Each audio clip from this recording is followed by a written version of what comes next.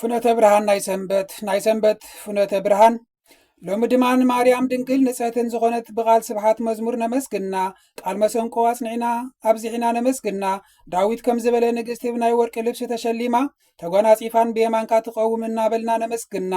ዳግም ሰሎምን ከም ዝበለ ነቅዐ ገነት ፈልፋሊት ዕጹው ጐደናኺ እናበልና ነመስግና ኦ ርግቢ ሰናይት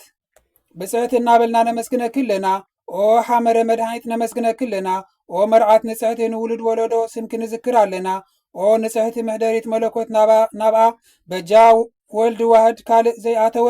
ንሰግደል ክለና ካብ ምድሪ ክሳብ ሰማይ እትበጽሕ መሳልል ንስኺ ኢኺ ብኣ ድማ ንመላእኽቲ እግዚኣብሔር ክወርዱን ክዓርጉን ያዕቆብ ረኣየ መሳልል ወርቂ ዝተባሃልኪ ካብ ምድሪ ናብ ሰማይ ምዕረጊት ስለ ዝኾንኪ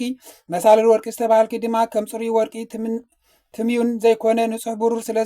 ዝነጻሕኺ ኢኺ መላእኽቲ እግዚኣብሔር ይወርዱላን ይድይቡላን በለ ትሽዓተ ነገድ መላእኽቲ ሰማይ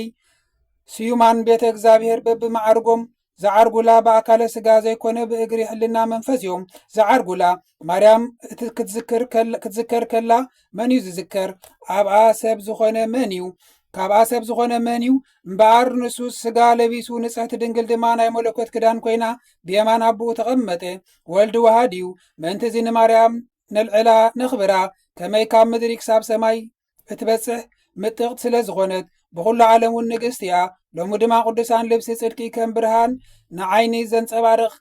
ክኸድኑ ከለዉ ኣነ እውን ልብሲ ብርሃን ከይተኸደንኩ ብዕሩቐይ ከይተርፍ ምእንታይ ለምኒ ዳግማይ ምስቶም ዝተባረኹ ኣባጊዕ ብየማን ክቐውም እምበር ምስቶም ዝተረገሙ ኣጣል ብጸጋም ከይቀውም እንታይ ለምኒ ዳግም ኣብቲ ኣዳራሹ ምስቶም ምስ ንጹሕ መርዓዊ ብሕብረት ዘርፍቑ ምስኣቶም ክረፍቕ እምበር ካብቲ ናይ በረኸት ኣዳራሹ ምስቲ በደለኛ ሰብ ረሳሕ ዝኽዳኑ ተሰጊገ ኸይወፅእ ንዘለዓለም ምእንታይ ለምኒ ኦ መሕደሪት ናይ ሓጢኣተይ ጨና ገንፊሉ ከይወፅእ ምእንታይ ለምኒ ርስሓት ክዳነይ ብሰንኪ ርስሓት ነፍሰይ ኣዝዩ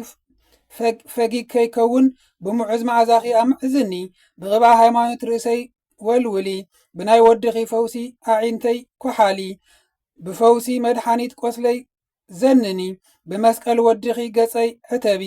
ብገመድ ወንጌሉ ክፉእ ከይዛረብ ንኣፈይ ልጓም ግበሪ ትእዛዛቱ ንምስማዕ መለኮት እዝነይ ክፈቲ ኣብ ትሕቲ ኣርዑት መስቀሉ ክሳደይ ጽመዲ ሸኸም ሓጢኣተይ ኣብ እንግዳዓይ ኣውርዲ ጸጋ መንፈስ ቅዱስ ኣብ ዝባነይ ስቐሊ እንግዳዓ ልበይ ኣኽቢድኪ ጸዓኒ ብማይ ንጽሕናኺ ኣዳወይ ሕጸቢ ብቐሌቤት ወርቂ ኣጻብዕተይ ሸልሚ ብትእዛዝ መንፈስ ቅዱስ ኣምልኾቱ ከም ማይ ኣብ ኣምዖተይ ከም ቅብዒ ናብ ዓጽምተይ ናብ ከርሰይን ከም ዝኣቱ ግበሪ ፍለጻ ሓጢኣተይ ካብ ጐነይ ንቐሊ ኣጋረይ ብቑኑዕ ከም ዝቖማ ግበሪ ብጐደና ወድኺ ኣሳጉማይ ኣደልድሊ ንኣይ ንባርያኺ ብነፍሰይን ብስጋይን ቀድስኒ ኦ ኣበ ዋና ብርሃናት ሕጂ ድማ ንቑስለይ ፈውሲ ንኣዕጽምተይ መድኃኒት ክኾነኒ ናባኺ እልምን ኣለኹ ከመይ ንስኻ ኢድካ ኣብ ልዕለይ እንተዘይኣንቢርካ ሓኻይም ክፍውስኒ ኣይክእሉን እዮም ካብ ዕብዳነይ ዝተላዕለ ኣዕጽምተይ ሸተተ ብሰንኪ ሓጢኣተይ ድማ ተቐጻዕኹ ካብ ምዕዛብ ነፍሰይ ዝተላዕለውን ኣዝየ ተረበሽኩ ከም ንፋስ ዘራጊቶ ኮይነ ኩሉ ሳዕ ብሓዘን እመላለስ ኣለኹ ንስኻ ናባይ መጺኻ እንተዘይናዚስካኒ ኸዓ ሓደ እኳ ክናዘንን ከጸናንዓንን ዝኽእል የልብን ኦ ጐይታ ብስሕተት ዝበደልክዎ ዝተጋግኽዎ ክትዝክር ከለኻ ናይ ኣዴኻ ንጽሕ ድንግልናኣ ዘክር ኦ ጐይታይ ዝበደልክዎ ክትዝክር ከለኻ ናይ ፀዋሪትካ ቃል ልመናኣ ዘክር ኦ ጐይታይ ብርክሰት ዝገበርክዎ ክትዝክር ከለኻ ናይ ማርያም ቃል ልመናኣ ናይ ማርያም ድንግልናኣን ቅድስናኣን ዘክር ሓጢኣተይ ከም ሕፃ ባሕሪ ከም ከዋኽብቲ ሰማይ ከም ኣብ ልዕሊ ምድሪ ዝበቆለ ሳዕሪ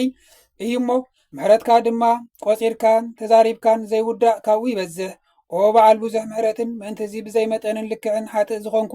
ንኣይ ንባርያኻ መሓረኒ ብዘይ ዕረፍቲ ብፍትወተ ስጋ ኣበሳን ዝበዝሑ ተባሂሉ ካብ ዝተዳለወ ባሕረ እሳት እውን ኣድሕነኒ ኦ ጐይታይ ምስቶም ብሩኻት ኣባጊዕ ዝተመላለሱ ኣብ ዕራትካ ተጸሚዶም ኣብ ሕሩም ሕዛእትኻ ዝዋፈሩ ኣቑመኒ እምበር ምስቶም ብስርቂ ብዝሙት ብዓመፅ ብባእሲ ደም ብምፍሳስ ብተንኰልን ብጥበራ ብሓሶትን ብምምሓል ብምምስካርን ዝረስሑ ኣይተቑመኒ ኦ ጐይታይ መጽሓፍቲ ብዝገንጽላሉ ጊዜ